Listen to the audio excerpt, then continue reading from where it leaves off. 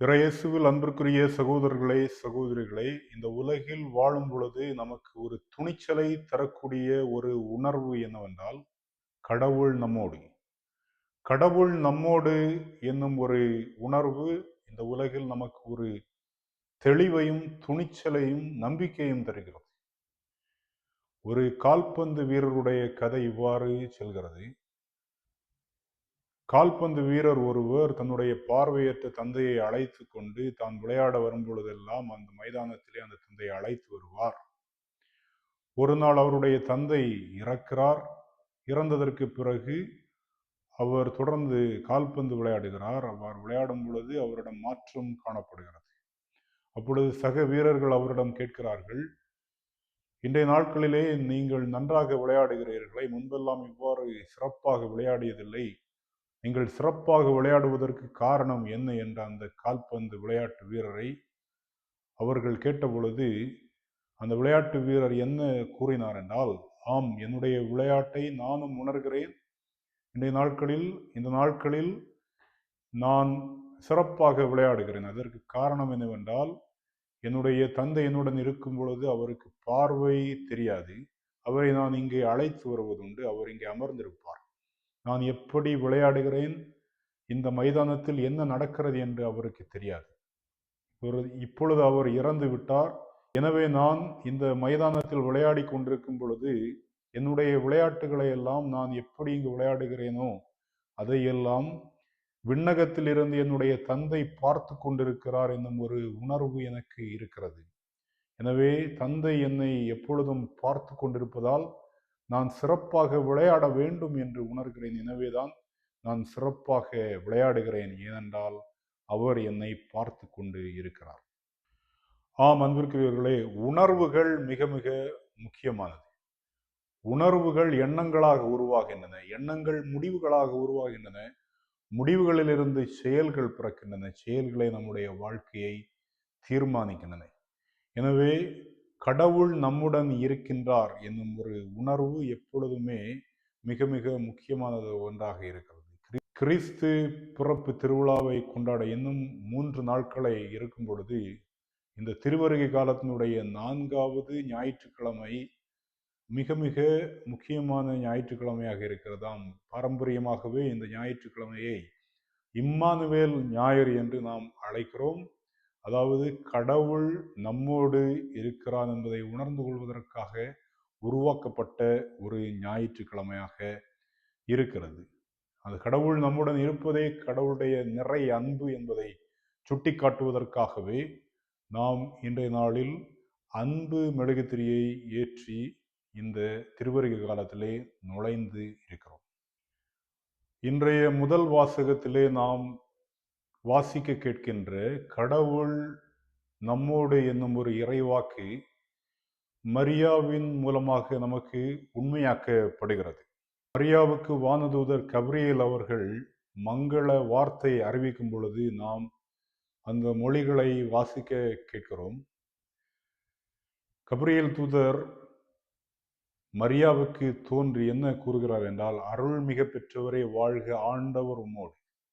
எனவே மரியாவுடன் ஆண்டவர் இருக்கிறார், கடவுள் மரியாவோடு இருக்கிறார் என்னும் ஒரு உணர்வு வெறுமனே ஒரு புகழ்ச்சி மொழி அல்ல. மாறாக மரியாவிற்கு ஏற்பட்ட சந்தேகங்கள், குழப்பங்கள் எவ்வாறு இங்கனம் நிகழும் எனும் பல கேள்விகளுக்கு துணையாக இருப்பது ஆண்டவர் உம்மோடு இருக்கிறார், கடவுள் உம்மோடு இருக்கிறார் என்னும் ஒரு உணர்வே ஆகும். இதனை நாம் வாசிக்க கேட்கிறோம், எனவே நாம் பழகிவிட்டோம் என்பதற்காக அல்ல. மாறாக யோசேப்பினுடைய மனநிலை இன்றைய நற்செய்தி வாசகத்தில் மிக தெளிவாக காட்டப்படுகிறது. யோசேப்பை ஒரு ஆண்மகனாக நாம் எடுத்துக்கொள்ளும் பொழுது அவர் மணக்கவிருக்கக்கூடிய பெண்மணி ஏற்கனவே கர்ப்பமாக இருக்கிறாள் என்னும் ஒரு சூழ்நிலை வரும்பொழுது நிச்சயமாக அது ஏற்றுக்கொள்ளத்தக்க ஒன்றல்ல. எந்த ஒரு ஆண்மகனும் அதனை ஏற்றுக்கொள்ள மாட்டார். எனவே யோசேப்பிடம் காணப்பட்ட ஒரு நல்ல பண்பாக இதனை நாம் பார்க்கிறோம் என்றால், அவரை மரியாவை அழைத்து சென்று சபைக்கு முன்பு நிறுத்தி அவரை அவமானப்படுத்த வேண்டும் என்பதனை அவர் விரும்பாமல் மறைவாக ஒதுக்கிவிட பார்க்கிறார். ஏனென்றால் அவர்கள் திருமணம் செய்து கொள்ளவில்லை, அவர்கள் நிச்சயிக்கப்பட்டவர்களாக இருக்கிறார்கள். எனவே யோசேப்பு அவர்கள் மரியா வேண்டாம் என்று சொல்வது மிகவும் எளிதான ஒரு செயலாக இருக்கும். ஆனால் அவருக்கு ஆண்டவரால் வெளிப்படுத்தப்படும் பொழுது அவர் அதனை ஏற்றுக்கொள்கிறார். அஞ்ச வேண்டாம் என்னும் ஒரு உறுதிமொழி மரியாவுக்கு எவ்வாறு ஒரு துணிச்சலை கொடுக்கிறதோ, அதுபோல யோசேப்புக்கு வானதூதர் வழங்கிய உறுதிமொழியும் விளக்கங்களும் அவருக்கும் ஒரு துணிச்சலை கொடுக்கிறது. எனவே இருவரும் ஒருவரை ஒருவர் ஏற்றுக்கொண்டு திருக்குடும்பத்தை உருவாக்குகிறார்கள் என்பதை நாம் வாசிக்க கேட்கிறோம். அன்பர்களே, இதனை நம்முடைய அன்றாட வாழ்க்கையில் நாம் செயல்படுத்தி பார்க்கும் பொழுது நவீன சமூகத்திலே மனமுறிவுகள் அதிகமாக காணப்படுகிறது. ஆனால் இந்தியாவினுடைய சதவீதத்தை பார்க்கும் பொழுது இந்தியாவில் பிற நாடுகளிலே நடப்பதை விட மிக குறைவான மனமுறிவுகள் தான் நடக்கிறது. அதற்கு காரணம் என்னவென்றால் இந்தியா ஒரு மத பாரம்பரிய உடைய நாடாக இருப்பதாலும் அந்த பாரம்பரியம் என்பது அங்கே மனமுறிவுக்கு மிகவும் எளிதான வழிகளை அமைப்பதில்லை. அதே வேளையில் யூரோப்பா போன்ற வளர்ந்த கண்டங்களில் இருக்கக்கூடிய நாடுகளினுடைய நிலைமையை பார்க்கும் பொழுது இங்கே குரோஷியாவிலே மிகவும் குறைவான மனமுறிவு நடைபெறுவதாக சுட்டி காட்டுகிறார்கள். ஏனென்றால் குரோஷியாவில் இருக்கக்கூடிய மிக குறைவான மனமுறிவுக்கு காரணம் அங்கு இருக்கக்கூடிய ஆழமான கத்தோலிக்க பாரம்பரியமாக இருக்கிறது. எனவே அவர்கள் தங்களுடைய வாழ்வை ஆரம்பிக்கும் பொழுது வெறுமனே ஒரு சட்ட ரீதியாக திருமணங்களை செய்வது அல்லது கூடி வாழ்வது, திருமணமே செய்யாமல் கூடி வாழ்வது போன்றவற்றை முடிந்த அளவு தவிர்த்து அதிகமாக கத்தோலிக்க முறைப்படி அவர்கள் திருமணம் செய்து வாழும் பொழுது அந்த திருமண சடங்குகளிலே ஆழமான அர்த்தங்கள் அங்கே வெளிப்படுகின்றன என்று சொல்கிறார்கள். அதாவது அவர்கள் தங்களுடைய திருமண மோதிரத்தை மாற்றிய உடனே பிற ஐரோப்பிய நாடுகளில் என்ன செய்வார்கள் என்றால் ஆணும் பெண்ணும் தங்களுடைய அன்பு முத்தங்களை பரிமாறிக்கொள்வார்கள். ஆனால் குரோஷியாவிலே ஆணும் பெண்ணும் அன்பு முத்தங்களை அந்த திருமண சடங்கில் பரிமாறுவதோடு மட்டுமல்லாமல் அந்த மணமகனும் மணப்பெண்ணும் இணைந்து திருச்சிலுவைக்கு முத்தம் கொடுக்கக்கூடிய ஒரு சடங்கினை வைத்திருக்கிறார்கள். எனவே அவர்கள் திருமணம் என்னும் அருளடையாளம் மூலம் ஒருவரை ஒருவர் ஏற்றுக்கொள்வது என்பது மிகவும் ஆழமானதாக இருக்க வேண்டும்.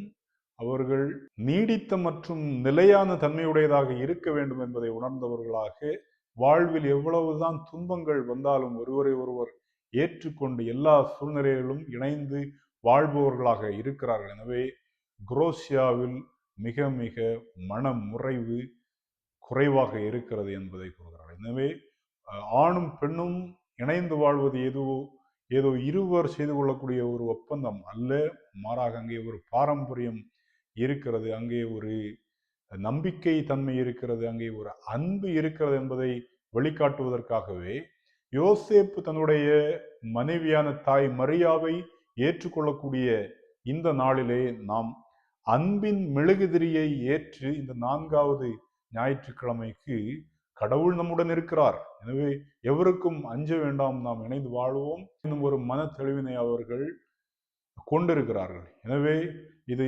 அன்பின் மெழுகுதிரி, திருவருகை காலத்தினுடைய 4வது மெழுகுதிரி அன்பின் மெழுகுதிரி என்று மட்டும் சொல்வதை விட அது ஒரு கணவனுக்கும் மனைவிக்கும் இடையே இருக்கக்கூடிய காதலின் மெழுகுதிரி என்றும் நாம் சொல்லலாம்.